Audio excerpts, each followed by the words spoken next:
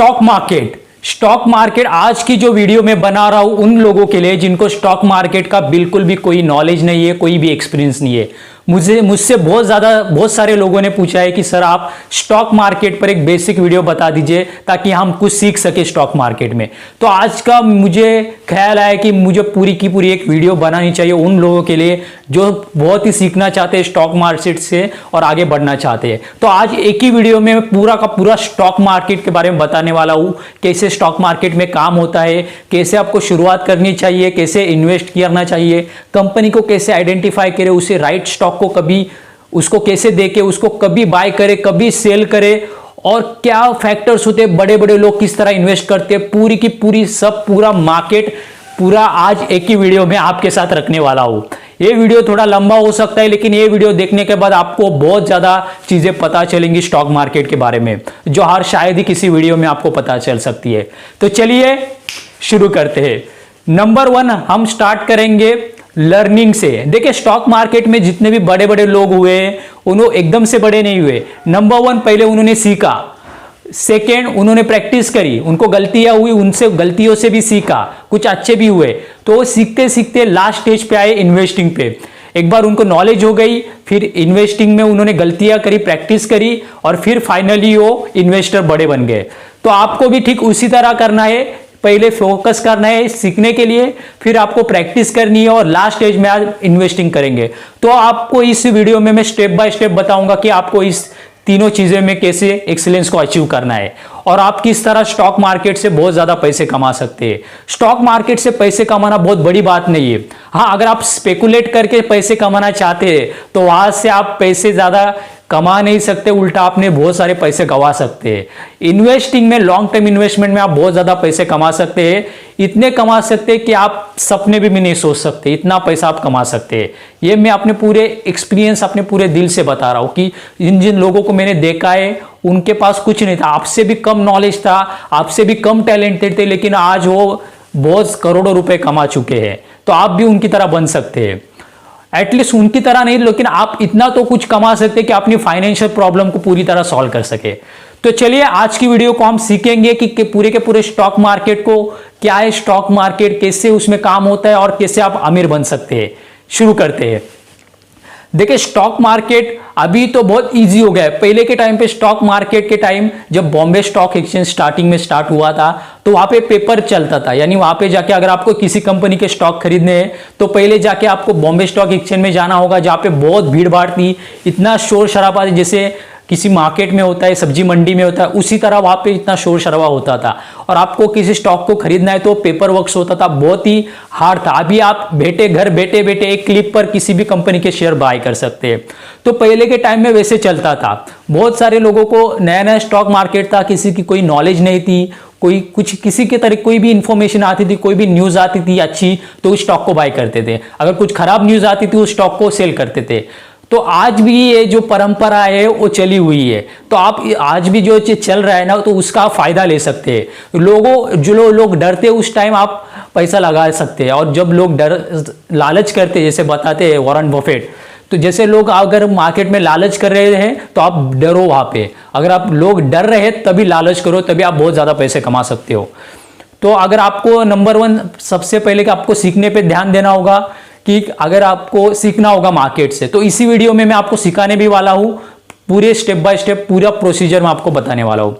तो जैसे हम बात करें सेंसेक्स की, सेंसेक्स क्या होता है? सेंसेक्स बेसिकली होता है जिसमें 30 कंपनियां लिस्टेड है, इंडिया की बेस्ट कंपनी जैसे रिलायंस, टाटा, बिरला, इन्फोसिस, जो इंडिया की टॉप 30 कंपनी है वो सेंसेक्स में आती है। वो आता है लार्ज कैप, वो लार्ज कैप में 30 कंपनी आती है। उसके बाद आता है मिड कैप। मिड कैप में बहुत ज्यादा कंपनियां होती है, 200 से भी ज्यादा कंपनियां होती है। और लास्ट आता है स्मॉल कैप। स्मॉल कैप जो ऐसी कंपनियां होती है जो या तो लॉस हो चुकी है, उनका बिजनेस चला नहीं जिसकी वजह से वो गिर के स्मॉल कैप में आई, या फिर कुछ नई कंपनियां होती है जिसे पैसों की जरूरत होती है और वो स्टॉक मार्केट में लिस्टेड होती है और ज्यादा से ज्यादा पैसा मार्केट से उठाकर अपने आप को ग्रो कर पाए। तो स्मॉल कैप में वो कंपनियां होती है या जो छोटी लेवल पे नया नया स्टार्टअप होता है, या फिर वो ऊपर से गिर के नीचे आती है। तो ये स्मॉल कैप अगर उनकी परफॉर्मेंस अच्छी होती है तो वो मिड कैप में जाते हैं, और मिड कैप में रहने के बाद उनकी और परफॉर्मेंस होती है अच्छी तो वो लार्ज कैप में जाती है। जैसे फॉर एग्जांपल इन्फोसिस, इन्फोसिस 96 में स्मॉल कैप में थी, वो 13 करोड़ कंपनी कमा रही थी। आज 96 में 13 करोड़ कंपनी कमा रही थी, आज के टाइम में वो लार्ज कैप है और आज के टाइम वो 3000 करोड़ से ज़्यादा का पैसा कमा रही है।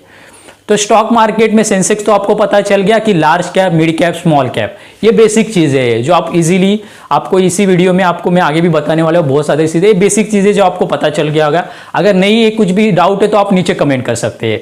नेक्स्ट अगर हम आगे बढ़ते हैं तो रेशियो बहुत इंपॉर्टेंट होता है, जैसे पीई रेशियो, ईपीएस।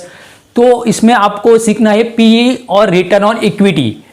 देखिए पीई क्या होता है, प्राइस अर्निंग रेशियो, यानी पीई रेशियो से हमें पता चलता है कि वो स्टॉक ओवर वैल्यूड है या अंडर वैल्यूड।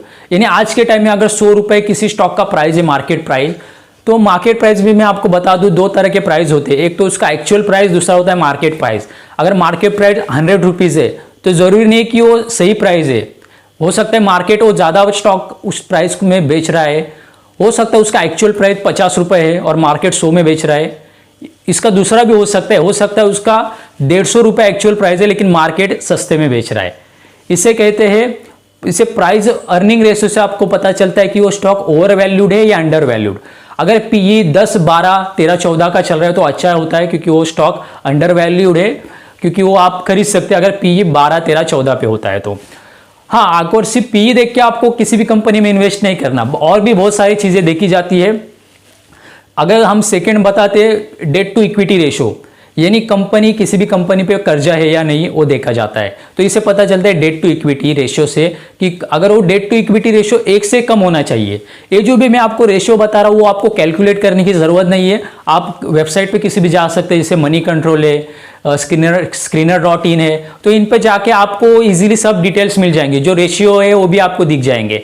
सी आपको अलग से कैलकुलेट करने की कोई जरूरत नहीं। तो जैसे हम बात करें पी रेशियो भी आपको मिल जाएंगे वहाँ पे, जैसे मैं बता रहा हूँ डेट टू इक्विटी रेशियो भी मिल जाएगा। डेट टू इक्विटी रेशियो आप देखेंगे तो 1 से नीचे होना चाहिए। अगर आप लंबे टाइम के लिए इन्वेस्ट कर रहे हैं किसी कंपनी में तो डेट टू इक्विटी रेशियो 1 से नीचे होना चाहिए, ताकि कंपनी के ऊपर ज्यादा लोन ना हो। अगर कंपनी के ऊपर लोन है तो आने वाले टाइम में वो बैंक करप्सी फाइल कर सकती है, तो ये ध्यान रखिएगा, डेट टू इक्विटी रेशियो 1 से नीचे होना चाहिए। नेक्स्ट आता है रिटर्न ऑन इक्विटी, यानी जो भी रिटर्न ऑन इक्विटी बेसिकली क्या होता है, इक्विटी यानी जो भी लोगों ने उस कंपनी में पैसा लगाया है उस स्टॉक में, तो उस पैसे पे कंपनी में कितने पैसे उस इन्वेस्टर को कमा के दिए सब लोगों को, तो उसे कहते हैं रिटर्न ऑन इक्विटी। तो रिटर्न ऑन इक्विटी जितना ज्यादा होता है उतनी अच्छी बात होती है। तो ये बेसिकली होना चाहिए 10%, 15%, 20% तक होता है तो बहुत अच्छी बात मानी जाती है। तो ये भी आप रिटर्न ऑन इक्विटी भी वहाँ पे वेबसाइट पे आप देख सकते हैं कि ये कंपनी का 2017 में कितना था, 18 में, 19 में, 20 में, 21 में आज कितना है, वो सब आप डिटेल वहाँ पे इजीली देख सकते हैं।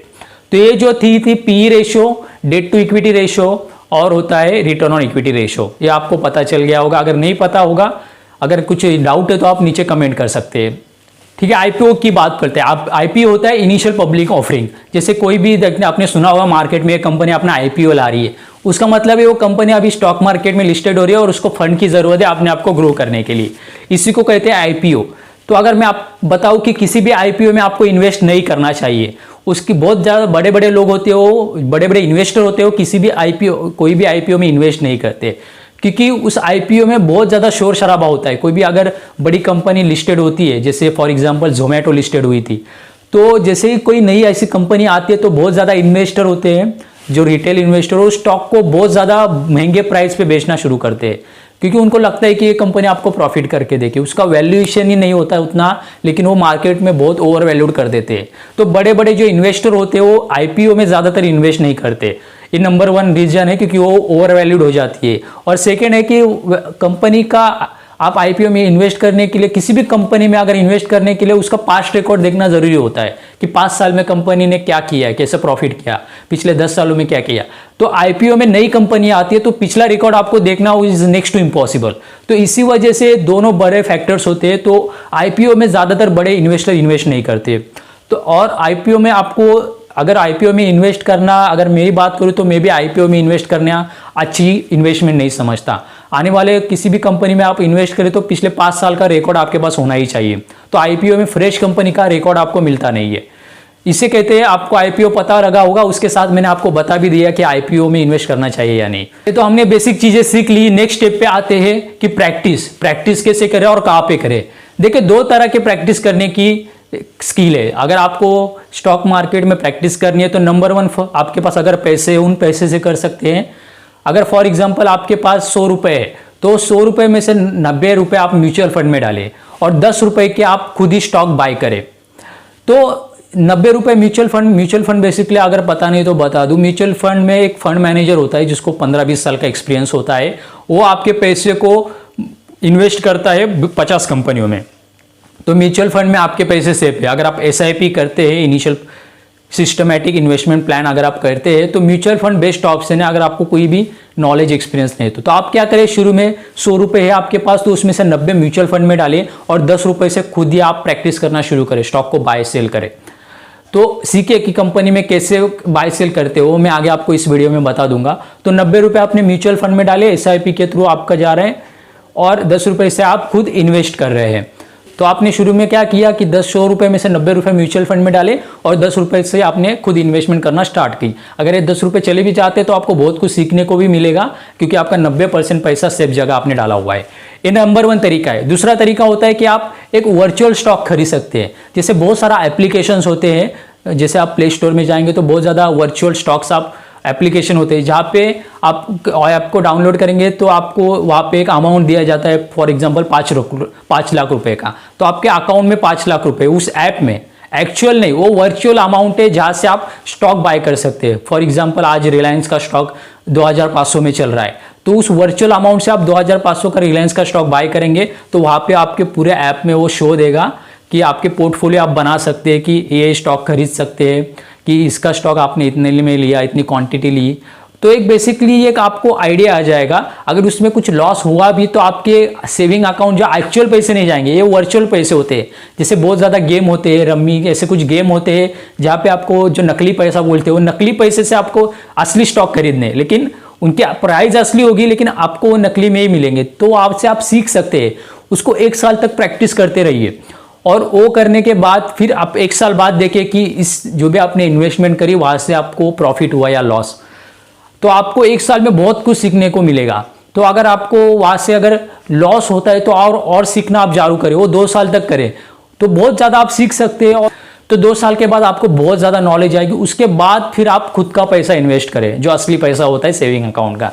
तो वो पैसा आप इन्वेस्ट कर सकते हैं छोटे छोटे लेवल पे। तो वहां से भी आपको बहुत ज़्यादा सीखने को मिलेगा। तो ये तरीका होता है प्रैक्टिस का। नेक्स्ट अगर हम बात करें इन्वेस्टिंग की, जैसे पहला स्टेप हमने सीखने के पे लिया कि क्या होता है सीखा, दूसरा स्टेप हमने प्रैक्टिस का सीखा कि कैसे प्रैक्टिस की जाती है, और तीसरा आता है इन्वेस्टिंग की। देखिए इन्वेस्टिंग आप किसी भी स्टॉक में इन्वेस्ट करेंगे तो 4 चीज़ें मायने करती है किसी कंपनी में इन्वेस्ट करने की। नंबर 1 होता है business management, fundamentals and valuation. Business यानी कंपनी का बिजनेस क्या है, कंपनी प्रॉफिट कैसे कमाती है, क्या कंपनी का कुछ ब्रांड नेम है मार्केट में, कुछ कॉम्पिटिटिव एडवांटेज है। कॉम्पिटिटिव एडवांटेज में मैं आपको बता दूं, कॉम्पिटिटिव एडवांटेज ऐसी चीज़ होती है जिससे उस कंपनी को बाकी कंपनियों से बिल्कुल अलग करती है। अगर उसके पास कोई कॉम्पिटिटिव एडवांटेज है तो दूसरी कंपनी आकर उसको मार नहीं सकती। जैसे फॉर एग्जांपल एप्पल की बात करें, एप्पल के जो ब्रांड्स है, जो एप्पल कंपनी आपको पता ही होगा, मुझे भी पता है कि मोबाइल्स बनाती है, लैपटॉप्स बनाती है, लेकिन मार्केट में बहुत सारी कंपनियां हैं जो मोबाइल्स बनाती है, लेकिन एप्पल के पास एक कॉम्पिटिटिव एडवांटेज है। एप्पल का एक प्रोडक्ट है, उसमें इसकी जो क्वालिटी है, उसकी सर्विस है, तो एक ब्रांड नेम है, लोगों के माइंड में उस कंपनी का एक ब्रांड नेम बैठा हुआ है। इसी वजह से एप्पल एक लेवल पे सेट है और बाकी कंपनी एक तरफ नीचे है और एप्पल एक ऊपर लेवल पे सेट है। तो एप्पल कंपनी के पास कॉम्पिटिटिव एडवांटेज है। तो एक कॉम्पिटिटिव एडवांटेज वाली कंपनी आप ज़रूर चुनिए, वो काफ़ी अच्छी होती है लंबे टाइम के लिए, 10-20 साल के लिए। ये होता है उसका बिजनेस क्वालिटी।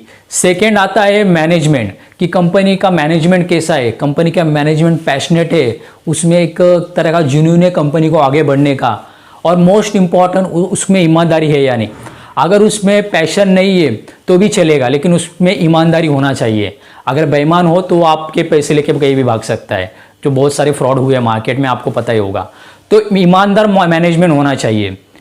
सेकेंड, अगर हम बात करें फंडामेंटल्स की, तो फंडामेंटल्स देखिए आप profit and loss statement read कर सकते हैं बैलेंस शीट। अगर आपको पता नहीं है प्रॉफिट एंड लॉस स्टेटमेंट कैसे रीड की जाती है, बैलेंस शीट कैसे रीड की जाती है, तो कमेंट करें, मैं आगे इस पर वीडियो बना दूंगा कि किसी भी कंपनी के आप ये डिटेल्स कैसे रीड कर सकते हैं, बैलेंस शीट और प्रॉफिट एंड लॉस स्टेटमेंट वगैरह। तो ये फंडामेंटल्स होते हैं कि कैसे कंपनी का प्रॉफिट था, लॉस था, कर्जा था कंपनी को, और ये बहुत ज़्यादा कैश फ्लो स्टेटमेंट इंपॉर्टेंट होता है। कंपनी का टॉप लाइन देखना पड़ता है कि टॉप लाइन में ग्रोथ हुई या नहीं, बॉटम लाइन में ग्रोथ हुई या नहीं। तो ये सब चीज़ें फंडामेंटल्स में आती है। और प्लस वो कंपनी आज के टाइम में कितना, और सेकंड लास्ट आता है वैल्यूएशन, कि आज के टाइम में कंपनी का वैल्यू कितना है, उसका बिजनेस अच्छा है, मैनेजमेंट अच्छा है, फंडामेंटल्स अच्छे है, लेकिन वैल्यूएशन में ठीक नहीं है। फॉर एग्जांपल कंपनी 1000 करोड़ का वैल्यू, कंपनी का वैल्यू 1000 करोड़ का है, लेकिन मार्केट ने बहुत ज़्यादा वैल्यू लगाया है। ऐसे बहुत ज़्यादा कंपनी है मार्केट में। देखिए अगर आप इन्वेस्ट मार्केट में से सीख रहे हैं तो मार्केट क्या करता है, इन्वेस्टर जो होते हैं तो क्या करते हैं, एक शेयर का प्राइस है 100 रुपये किसी कंपनी का होना चाहिए तो उसको 10 रुपये लाते हैं, और किसी 10 का होना चाहिए उसको 100 रुपये में बेचते हैं। तो ये बहुत ज़्यादा मार्केट में ऐसा चलता है। तो वहाँ से आप ये दोनों के जो भी होता है 10 रुपये का शेयर प्राइस होना चाहिए, उसका 100 रुपये लगाता है, 100 का होता है उसका 10 रुपये लगाता है। तो वहाँ से आप इनकी गलतियों से पैसे कमा सकते हैं, और बहुत ज़्यादा लोग कमा भी रहे हैं ऐसी गलतियों से। लोगों से गलतियों से बहुत ज़्यादा इन्वेस्टर कमाते हैं और किसी को बताते नहीं है।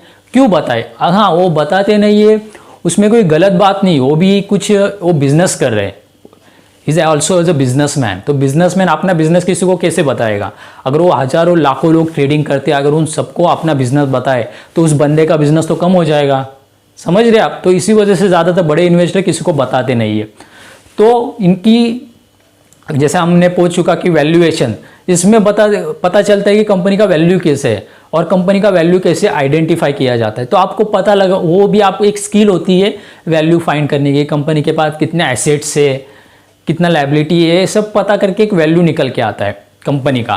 तो इंट्रिंसिक वैल्यू भी एक बेसिकली होता है जिससे पता चलता है कि एक कंपनी का स्टॉक का प्राइस क्या होना चाहिए। जैसे अगर इंट्रिंसिक वैल्यू किसी कंपनी का 100 आता है लेकिन उसका मार्केट प्राइस 150 है, तो मार्केट 150 में बेच रहा है, लेकिन एक्चुअल इंट्रिंसिक वैल्यू होता है 100 रुपये, तो वो स्टॉक ओवर वैल्यूड है क्योंकि 150 रुपये मार्केट बहुत ज़्यादा लगा रहे हैं। हाँ, अगर किसी कंपनी का अगर स्टॉक का प्राइस है 50 रुपये मार्केट प्राइस है, लेकिन इंट्रिंसिक वैल्यू 100 का आता है, 100 आ रहा है, इसका मतलब कि 100 एक्चुअल प्राइस है इंट्रिंसिक, लेकिन मार्केट उसको सस्ते में बेच रहा है, तो वो स्टॉक आपके लिए अच्छा है क्योंकि वो 100 रुपये का स्टॉक आपको 50 रुपये में मिल रहा है। लेकिन सिर्फ 50, तो ऐसा सस्ता स्टॉक आप नहीं खरीद सकते। बाकी के 3 चीज़ों देखना भी ज़रूरी है, जैसे बिजनेस, मैनेजमेंट, फंडामेंटल्स, और लास्ट में आता है वैल्यूएशन। तो ये चीज़ें होती है किसी भी स्टॉक को बाय करने के लिए। ठीक है, आपने एक बार आपको पता चल गया कि कैसे स्टॉक को बाय किया जाता है, तो स्टॉक को सेल कैसे किया जाता है? देखिए, स्टॉक को सेल किया जाता है ओवर वैल्यूड पे। अगर आपने फॉर एग्जांपल 50 रुपये का एक शेयर का प्राइस उसको आपने बाय किया, उसके सब डिटेल्स आपने देखी, बिजनेस, मैनेजमेंट, फंडामेंटल्स, वैल्यूएशन, और 50 रुपये में स्टॉक प्राइस बाय किया, तो आने वाले टाइम में 2 साल बाद, 3 साल बाद वो 50 की 150 रुपये वैल्यू हो जाती है।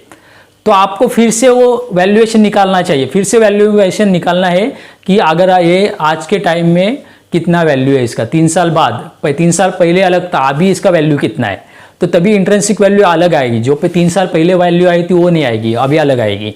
तो आपको वैल्यू आती है फॉर, अगर आज के टाइम में वो 3 साल बाद 50 का 100 रुपये हो गया मार्केट प्राइस, लेकिन आपने वैल्यू निकल के आए कि आज का इसका जो वैल्यू है वो आता है 80 रुपये, यानी उसका स्टॉक का इंट्रिंसिक एक्चुअल प्राइस है 80 रुपये, लेकिन मार्केट 100 में बेच रहा है, 20 रुपये ज़्यादा में बेच रहा है, तो आज के टाइम में वो ओवर वैल्यूड है। तो वो स्टॉक आप बेच दीजिए, 100 रुपये में स्टॉक बेच दीजिए, क्योंकि वो वापस स्टॉक नीचे आएगा। वो जब नीचे वापस आएगा तभी आप उसको फिर से बाय करें, और जब वो ओवर वैल्यूड जाता है तो सेल करें। बहुत ज़्यादा इन्वेस्टर ऐसे ही करते हैं, जब स्टॉक अंडर वैल्यूड होता है तो उसे बाय करते हैं, और जब वो स्टॉक ओवर वैल्यूड हो जाता है तो उसको बेच देते हैं, क्योंकि उनको पता है कि वो स्टॉक वापस अंडर वैल्यूड होने वाला है, क्योंकि उसको एक्चुअल प्राइस नीचे है लेकिन मार्केट ज़्यादा बेच रहा है। तो मैंने स्टार्टिंग में बताया था कि मार्केट 10 रुपये का शेयर प्राइस 100 रुपये मार्केट में बेचता है, और मार्केट का 100 होना चाहिए, उसे 10 में बेचता है। तो ये गेम होता है इस स्टॉक को बाय सेल करने का। जैसे पहले 3 क्वालिटी आपने देखी, और लास्ट क्वालिटी लास्ट में चेक की जाती है कि उसको कभी बाय सेल किए। तो ओवर वैल्यूड होता है तब उसको सेल किया जाता है, और अंडर वैल्यूड होता है तो उसको बाय किया जाता है। तो इंट्रिंसिक वैल्यू कैसे आइडेंटिफाई करें?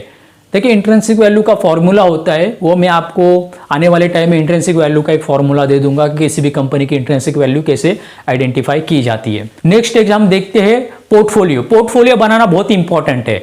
देखिए अगर आप एक बात करिए, वॉरेन बफेट साहब ने किसी भी एक स्टॉक में आपको ज़्यादा पैसे नहीं लगाने, यानी आपने एक पास अगर 100 अंडे है तो किसी भी एक बकेट में नहीं रखना चाहिए। अगर वो बकेट गिर गया तो सारे के सारे अंडे फूट जाएंगे, वेस्ट हो जाएंगे। तो आपको जो अंडे हो अलग अलग बकेट में डिवाइड करने हैं। जैसे 10 बकेट है तो अंडों को 10 अलग अलग बकेट में डिवाइड करने हैं। अगर उसमें से एक बकेट भी गिर गया तो आपका इतना नुकसान नहीं होगा, क्योंकि बाकी 9 बकेट सेफ रहेंगे। इसी को डाइवर्सिफिकेशन कहते हैं। बहुत अच्छी चीज़ होती है और बहुत बड़े बड़े लोग भी इसको फॉलो करते हैं, और ये इसमें आपका रिस्क बहुत ही कम होता है।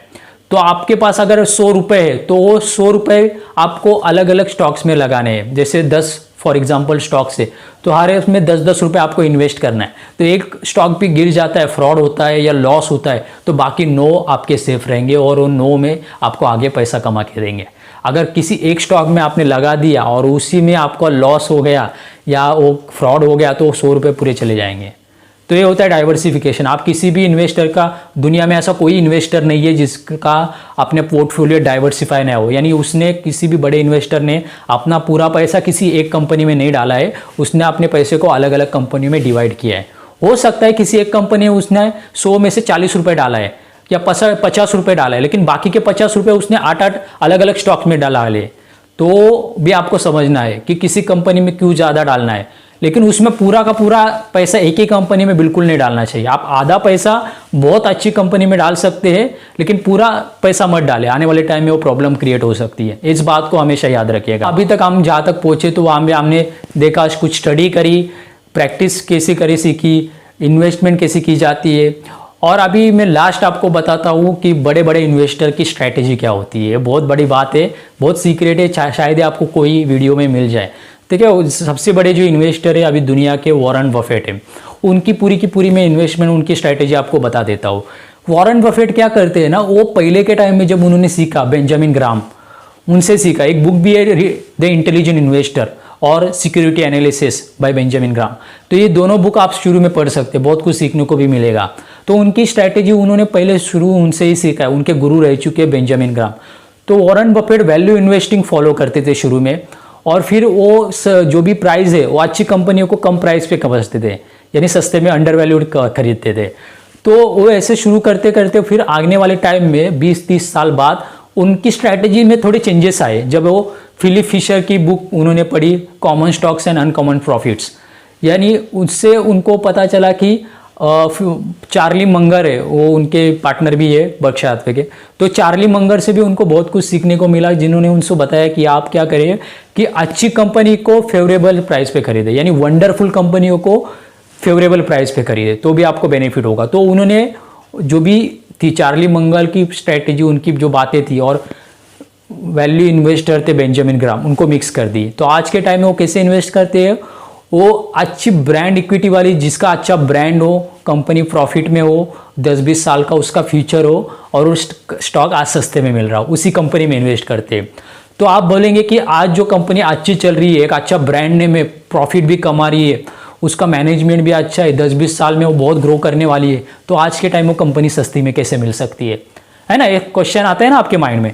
देखिए कंपनी कभी भी सस्ती, जो भी कंपनी सस्ती में कब होती है, जिसके पीछे 2 वजह होती है। एक वजह होती है जब कंपनी के ऊपर कोई भी फ्रॉड होता है, यानी कंपनी एक अच्छी है, उसका ब्रांड नेम अच्छा है, बिजनेस अच्छा है, लेकिन कुछ एक मैनेजमेंट किसी एक आदमी ने फ्रॉड कर दिया, जिसकी वजह से पूरे मार्केट में नेगेटिव न्यूज़ घेर गई कि इस कंपनी में फ्रॉड हुआ। एक्चुअल में उसका प्रॉफिट कम नहीं हुआ है, उसके प्रोडक्ट कम नहीं हुए, लोग उसके प्रोडक्ट खरीद रहे, उनको पता भी नहीं ये फ्रॉड हुआ या नहीं। जो नॉर्मल लोग होते हैं घर में, आम जो लोग, वो थोड़ी इन्वेस्टर है, वो तो कहीं ना कहीं जॉब करते हैं, कुछ करते हैं, तो उनको थोड़ी पता है स्टॉक मार्केट क्या है, उसको वो मैनेजमेंट ने किसने फ्रॉड किया। वो प्रोडक्ट सालों से यूज कर रहे हैं और सालों यूज करेंगे, तो प्रॉफिट तो कम हुआ ही नहीं। सिर्फ इन नेगेटिव न्यूज की वजह से जो भी इन्वेस्टर है, जो स्टॉक मार्केट में इन्वेस्ट करते हैं, उनको ऐसे लगा कि इसमें फ्रॉड हुआ और स्टॉक को बेचना शुरू कर दिया। तो ऐसे लाखों लोगों ने स्टॉक को बेचा और स्टॉक सस्ता हो गया। तो तभी टाइम होता है स्टॉक को खरीदने का। क्योंकि उसका प्रोडक्ट अच्छा है, लोग यूज़ भी कर रहे हैं, कंपनी प्रॉफिट भी कमा रही है, एक अच्छा ब्रांड नेम भी है और आने वाले टाइम में लोग उसके प्रोडक्ट खरीदेंगे। सिर्फ नेगेटिव न्यूज़ का आप फायदा ले सकते हैं, तभी आप उस स्टॉक को खरीदें ताकि वो स्टॉक अंडर वैल्यूड हो चुका है, सिर्फ एक लोगों की बेवकूफ़ी की वजह से वो स्टॉक सस्ता हुआ है, तो उसका फायदा उठा सकते हैं। और वॉरेन बफेट भी यही करते हैं, वो ऐसा स्टॉक तभी राइट टाइम पे पिक करते हैं जब वो कंपनी सस्ते में मिल रही हो। उसका दूसरा तरीका होता है कंपनी की प्राइस नीचे आने का, कि कंपनी लॉस में हो। मान लीजिए कि एक आध साल 5 साल कंपनी में अच्छा प्रॉफिट किया, 6 और 7वें साल में कंपनी लॉस में गई। इसकी वजह ये नहीं कि आने वाले और साल वो लॉस में जाएगी, तो लॉस में गई तो इन्वेस्टर वापस से उन्होंने देखा कि कंपनी लॉस में जा रही है, तो स्टॉक प्राइस उन्होंने बेचना चालू कर लिया स्टॉक को, और स्टॉक नीचे आ गया। तो वो भी राइट टाइम होता है स्टॉक को खरीदने का, क्योंकि इन्वेस्टर बेच देंगे। एक बात हमेशा याद रखेगा, जो भी मार्केट में लोग स्टॉक को बेचते हैं, यानी ज़्यादातर लोग डरने लगते हैं किसी कंपनी को लेकर, तभी आपको लालच करना है, उसमें इन्वेस्ट करना है। और जब भी इन्वेस्टर लालच करते किसी स्टॉक को लोग पागलों की तरह खरीदे जाते हैं, तभी आपको डर जाना है, तभी मार्केट से साइड रहना है। ये बात आपको याद रहेंगे तो बहुत पैसा आप आने वाले टाइम में बना सकते। तो वॉरेन बफेट यही करते हैं। तो जैसे अगर किसी कंपनी में लॉस हुआ तो लोगों ने बेचना चालू किया, वो स्टॉक नीचे आया और आपने खरीद लिया, तो आने वाले टाइम में स्टॉक ऊपर जाएगा ही जाएगा, क्योंकि उसका प्रॉफिट कम नहीं, उसका प्रोडक्ट अच्छा है, सर्विस अच्छा है, बिजनेस अच्छा है, मैनेजमेंट अच्छा है। सिर्फ 1-2 साल की लॉस की वजह से लोगों ने स्टॉक बेच दिया, तो वो फायदा आप ले सकते हैं। हाँ, अगर आप देख सकते हैं कि ये कंपनी में कुछ लॉसेस है, यानी बहुत बड़ा मेजर इश्यू है, तब आप बाय नहीं करें। यानी कुछ कंपनी ऐसी है जिसमें कुछ बड़ा मेजर इश्यू आया है, तो बड़ा लॉस हुआ है, बड़ा फ्रॉड हुआ है, तो आने वाले टाइम में जाएगी नहीं, आपको ये पता चला, तो वो सस्ते में भी मिल रही है तो भी मत खरीदो, क्योंकि ये बहुत मेजर। अगर हाँ कुछ मेजर इश्यू हो तो मत खरीदे, कुछ माइनर इश्यू छोटे मोटे, जैसे एक आदमी ने कुछ गलत हो गया, एक आदमी के साथ, एक आदमी ने कुछ कंपनी में गलत किया, इसका मतलब है ना कि बाकी का पूरा मैनेजमेंट गलत है। क्योंकि अगर किसी एक साल कंपनी ने लॉस किया, 1-2 साल, इसका मतलब ये नहीं कि कंपनी आने वाले सालों में भी लॉस होगी। तो ये बात को हमेशा याद रखिएगा, तो ये बहुत सबसे इंपॉर्टेंट। तो वॉरेन बफेट कैसे चूज करते हैं स्टॉक को, एक तो अगर जो भी मैंने आपको बताया हो पूरा का पूरा आपको अगर मैं एक ही लाइन में बता दूं, तो वॉरेन बफेट कैसे स्टॉक को चूज करते हैं, अच्छी कंपनी देखते हैं, वो कंपनी का अच्छा ब्रांड नेम हो, उसके फंडामेंटल्स अच्छे हो, कंपनी प्रॉफिटेबल हो, और वो कंपनी आज के टाइम में सस्ते हो, तभी उसमें इन्वेस्ट करते। उनका अगर आप पास्ट रिकॉर्ड देखेंगे तो जिन भी कंपनी ने उन्होंने इन्वेस्ट किया है वो इसी तरह किया है। और ये कंपनी आने वाले टाइम में अगर ओवर वैल्यूड होती है तो उसको बेच देते हैं, क्योंकि उनको पता है कि फिर से सस्ती होने जा रही है। तो जैसे सस्ती होती है तो बाय करते हैं, और महंगी होती है तो सेल करते हैं। तो ये और अपने जो स्टॉक्स है, उनके जो भी स्टॉक्स है उसको होल्ड करते हैं लॉन्ग टर्म के लिए, क्योंकि वो पैसा कंपाउंड होना चाहिए। कंपाउंड इंटरेस्ट बहुत बड़ी चीज़ है, बहुत मतलब आज की वीडियो में अगर मैं कुछ बड़ी बात बोलूँ तो सबसे बड़ी बात है कंपाउंड इंटरेस्ट। कंपाउंड इंटरेस्ट की वजह से जो भी वॉरेन बफेट है, या इंडिया के राकेश झुनझुनवाला है, राधा किशन दमानी है, कितने भी बड़े बड़े इन्वेस्टर है, उनकी ज़्यादातर उन्होंने जो भी पैसा कमाया है वो कंपाउंड इंटरेस्ट की वजह से ही कमाया है। क्योंकि वो स्टॉक को होल्ड कर देते हैं 10 साल 20 साल 30 साल इसमें खरीद के, और फिर उनको वो इंटरेस्ट बढ़ के कंपाउंड हो के वो लाखों करोड़ों अरबों में पहुंच जाता है और पता भी नहीं लगता। तो ये आपको भी यही करना है कि कंपाउंड की ताकत जो भी है उसको पहचानो। कंपाउंड इंटरेस्ट एक बहुत बड़ी चीज़ है, अगर वो आपको समझ में आ गई तो आने वाले टाइम में आप भी बाकी लोगों की तरह बन सकते हैं।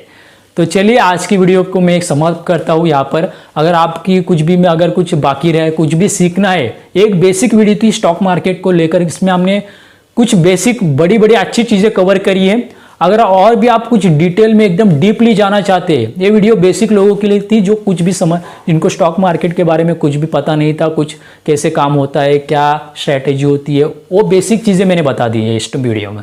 अगर आप बहुत ही डीपली जानना चाहते हैं तो मुझे कमेंट करें कि आप सर डीपली वीडियोस बनाए कि कैसे और काम होता है। तो आने वाले टाइम में मैं ऐसी और वीडियोस बना दूंगा जो डीपली हो और उसमें आपको कुछ बेनिफिट हो। तो चलिए, wish you all the very best. Thank you so much.